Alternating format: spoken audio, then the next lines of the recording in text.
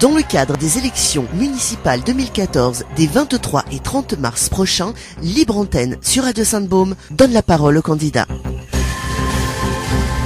Deuxième partie, la Libre Antenne, deuxième partie, et oui, c'est bien sûr notre invité, monsieur Gilles Pérez, qui va maintenant un petit peu développer l'environnement, le tourisme et pourquoi pas la culture. Monsieur Pérez, je sais que vous nagez là avec plaisir dans la vie culturelle, sociale et touristique. Vous allez nous en parler. Et comment voyez-vous donc Saint-Maximin dans ces années futures? Eh bien, Monsieur Gravella, c'est un sujet effectivement très important. Je crois qu'en matière d'environnement, il y a deux objets. Il y a d'abord l'environnement touristique et urbain. Je crois que Saint-Maximin, effectivement, bénéficie d'une richesse patrimoniale extraordinaire. La basilique, le couvent royal, le quartier de la Juiverie. Malheureusement, tout le centre-ville est dans un état relativement déplorable. Je crois qu'il faut travailler sur l'embellissement de l'environnement urbain. Il faut remettre la voirie, les trottoirs en bon état.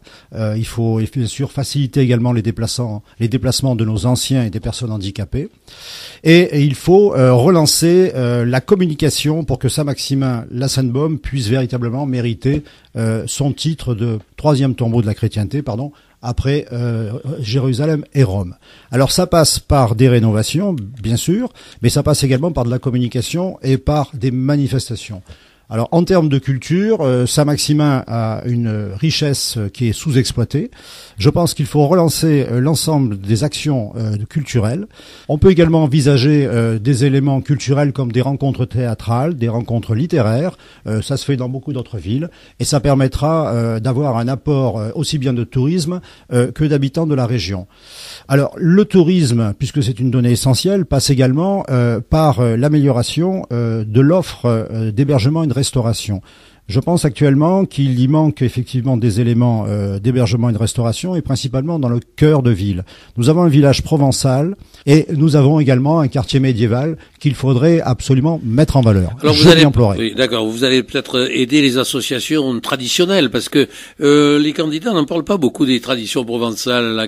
Pourquoi c'est... Les associations sont nécessaires à la vie sociale, culturelle et sportive de la commune, qu'elles jouent un rôle très important dans le liant social, dans le fait de vivre ensemble. Donc, nous serons tout à fait favorables à la délivrance de subventions, d'aides en tout genre. Mais, vous savez, il y a d'un côté les droits et de l'autre côté les devoirs. Et donc, je demanderai, bien sûr, à chaque association de me présenter un bilan d'activité, de manière à voir si leur objet social est parfaitement rempli et si elles jouent pleinement leur rôle. Dans le cadre des traditions, vous savez que nous sommes très attachés aux traditions françaises. Je ne suis pas moi-même provençal de souche, mais j'habite en Provence depuis 30 ans. Et donc, je respecte absolument les traditions et nous ferons un effort pour relancer ou pour développer toutes les activités de culture de tradition provençale. Alors il y a aussi, ça ce n'est pas le cas de Saint-Maximin, mais de ce qu'on peut appeler le bassin méditerranéen, les Provençaux sont un petit peu fâchés des fois avec les langues étrangères. Vous savez que nous sommes, malgré tout ce qu'on dit, des Européens convaincus. À preuve, dans ma liste, j'ai 2 colistiers ressortissants européens, j'ai un ressortissant belge et j'ai une ressortissante portugaise. Je suis moi-même, bien sûr, français, mais d'origine italo-espagnole.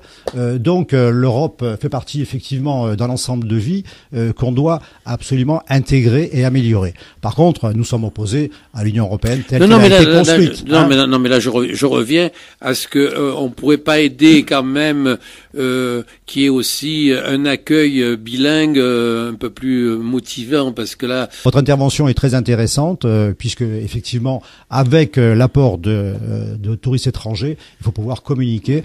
Et j'essaierai, au travers de votre remarque, d'améliorer au moins l'accueil en langue étrangère de notre office de tourisme. Voilà, peut-être qu'une association là-dessus serait...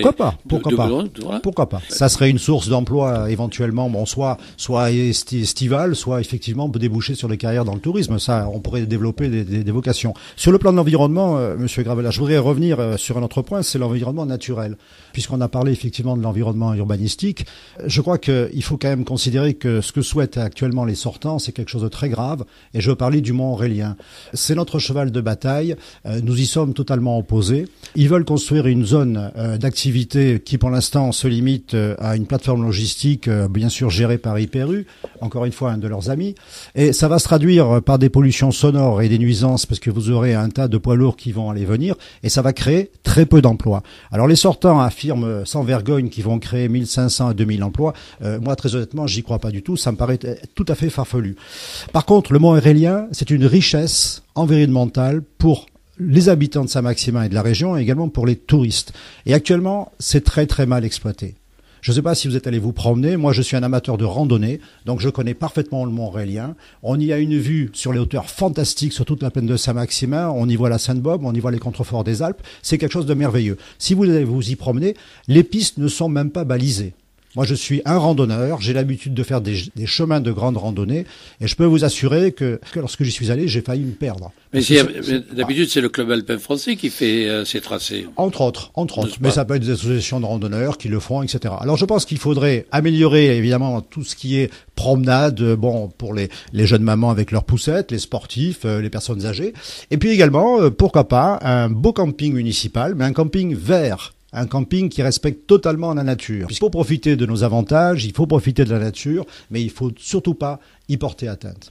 Eh bien, mesdames, messieurs, nous avons été honorés d'avoir monsieur Gilles Pérez qui représente Saint-Maximin Bleu Marine, la seule alternative. Et bien sûr, je vous souhaite une excellente continuation et un bon avenir, monsieur Pérez. Merci, monsieur Gravela. Je remercie Radio Sainte-Bobe de m'avoir donné l'occasion de m'exprimer aujourd'hui. Et je remercie encore une fois tous les auditeurs qui ont eu la patience de m'écouter. En ce qui concerne tous les aspects du programme de Saint-Maximin Bleu Marine, vous pouvez les consulter sur notre site www.smbm.info, INFO, et sur notre programme en 35 propositions qui sera massivement distribué dans toutes les boîtes aux lettres de Saint-Maximin et à l'occasion de la tournée de ma permanence itinérante. Merci, monsieur Pérez. Nous allons... Au revoir et à bientôt. Et surtout, n'oubliez pas, Saint-Maximin Bleu Marine, c'est la seule vraie alternative. D'accord, bonne journée et à très bientôt. Monsieur Pérez, on va pas vous couper, mais on va vous dire quand même qu'au 04 94 59 73 55, vous pouvez nous téléphoner pour avoir donc les réactions en direct de cette intervention. C'était donc, et c'est toujours la libre antenne en direct sur Radio Sainte-Bobe.